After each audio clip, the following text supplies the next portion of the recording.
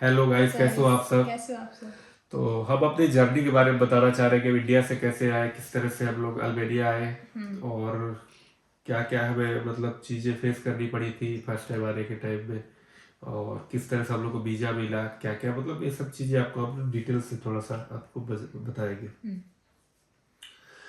तो फाइनली हम लोग अभी अल्बेनिया में है, तो आपको हम लोग सारा कुछ डिटेल शेयर कर चुके हैं, लेकिन हम लोग को क्या क्या स्टेप लेना पड़ा, क्या क्या डॉक्यूमेंट लगा, किस तरह से हम लोग फ्लाइट लिए थे कितने दिन और में कॉन्ट्रैक्ट हाँ, मिला था? चलो बताओ फिर क्या हम लोग का कैसा जर्नी रहा, क्योंकि जर्नी थोड़ा सा हम लोग का उल्टा ही रहा है।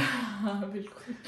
क्योंकि हम लोग आपको जैसे बताया था, हम लोग कनाडा का वीज़ा डाले हुए थे, हाँ, तो वो रिजेक्ट हो और गया था रिजेक्ट हो एंड चुका था। मोमेंट पे एट फिंगरप्रिंट मोमेंट पे वगैरह पता सब नहीं कुछ दे दिए थे सब कुछ हो चुका था, बट बट रिजेक्ट हो गया था, तो थोड़ा सा हम लोग डिमोटिवेट हो गए कि अब यार अभी क्या क्या करें। करें, दिमाग हाँ दिमाग काम नहीं कर रहा था। हाँ बिल्कुल। तो हम लोग को ये था और कि मतलब जाना है तो चलो, हम हाँ बोले कि निकलना था क्योंकि ये हाँ। इंडिया में मतलब बैठे बैठे इंसान समझ नहीं पाता है कि क्या करे क्या नहीं करे। और तो मेरा कुछ डॉक्यूमेंट्स का भी इशू था, इसकी वजह से मैं थोड़ा सा पीसीसी का जैसे हमने आपको उस वीडियो में बताया था हाँ, कि पीसीसी का वाला प्रॉब्लम हो गया था, तो शेंगेन ही हम लोग अप्लाई कर रहे थे बट फिर ऑलरेडी हम लोग वीजा हाँ आ चुका था हाँ हाँ रोमानिया का। तो रोमानिया का। बट हमारे पीसीसी के प्रॉब्लम की वजह से हम हाँ लोग वीजा गेट नहीं कर पाए, क्योंकि एम्बेसी को रिक्वायर्ड होता है पीसीसी। पीसीसी मेरा बन नहीं पाया था। तो चलो, ज़्यादा वीडियो को लंबे नहीं करते हम लोग, आपको मेन पॉइंट में आते हैं।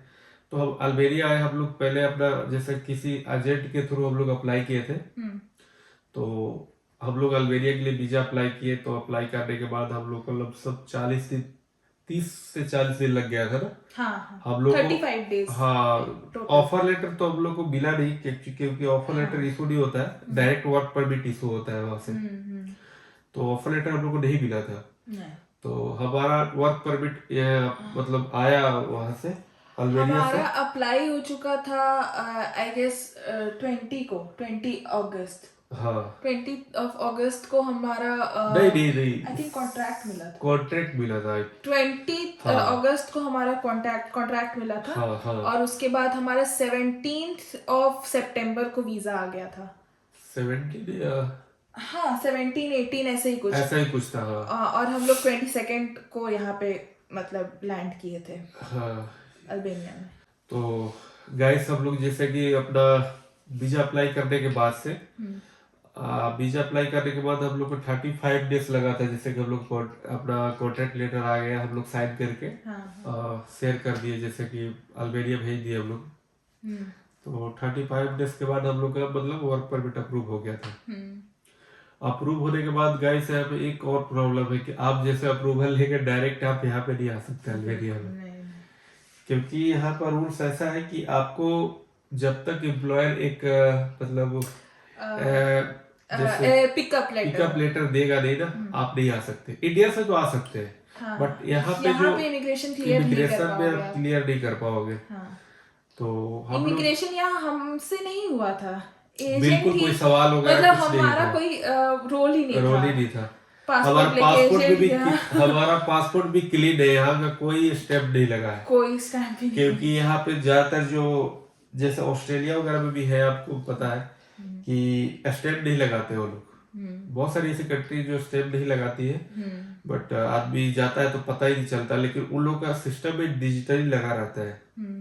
वो लोग सिर्फ देख सकते हैं, आप अगर चाहोगे किसी डॉक्यूमेंट में दिखाना या इसमें, तो आप शो नहीं कर पाओगे, क्योंकि आपका होगा ही नहीं तो कहाँ से करोगे। हम लोग जब यहाँ पे आए तो ऐसा ही था।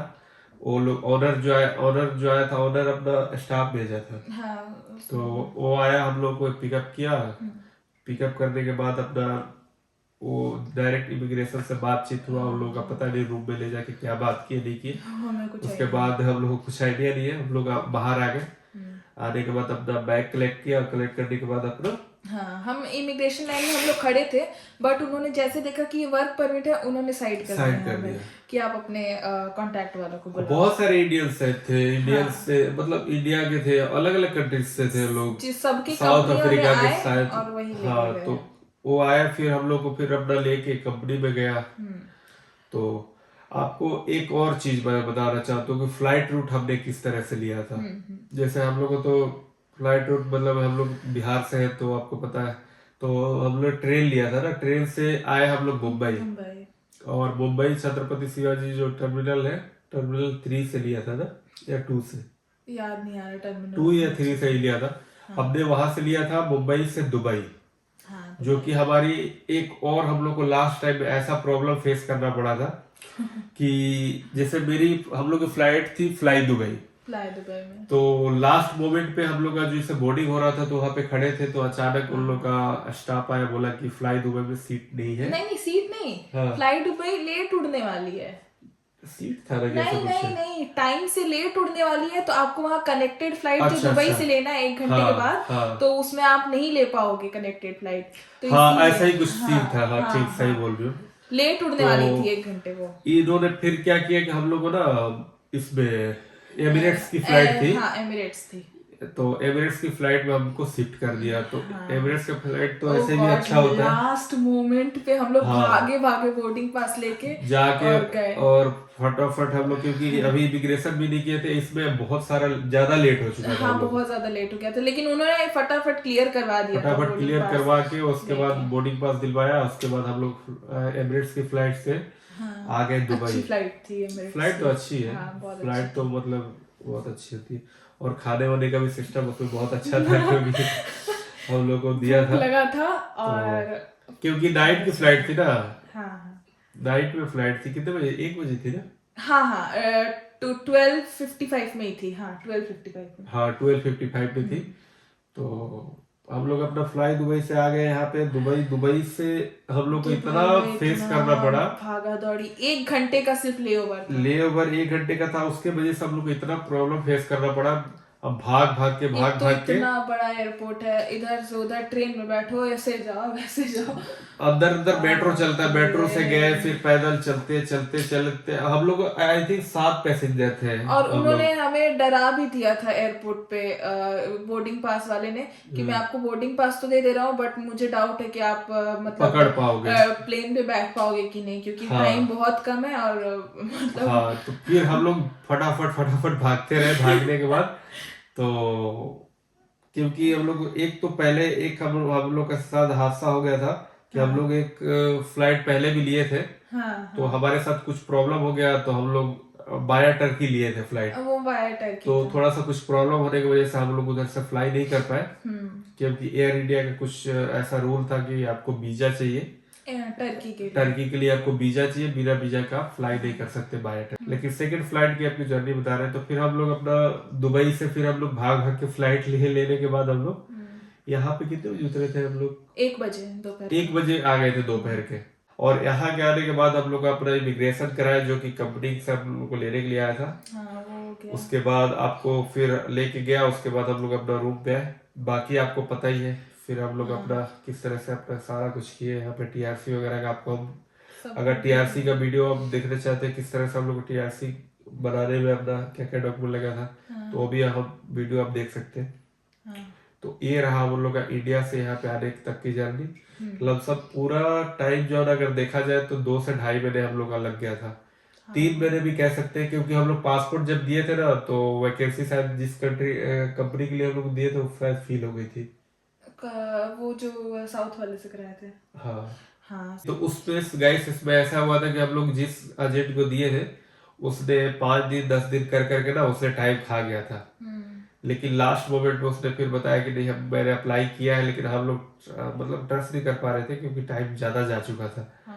तो बात ये थी। तो बाकी उसने कराया, लेकिन ठीक है, कुछ चीजें उसने जो बताई वो चीजें हमें यहाँ पे कंप्लीट नहीं मिली। बहुत सारी उसने मतलब बोला था इस तरह से है, बट कुछ चीजें हम लोग प्रॉब्लम फेस करना पड़ा, बट कोई नहीं।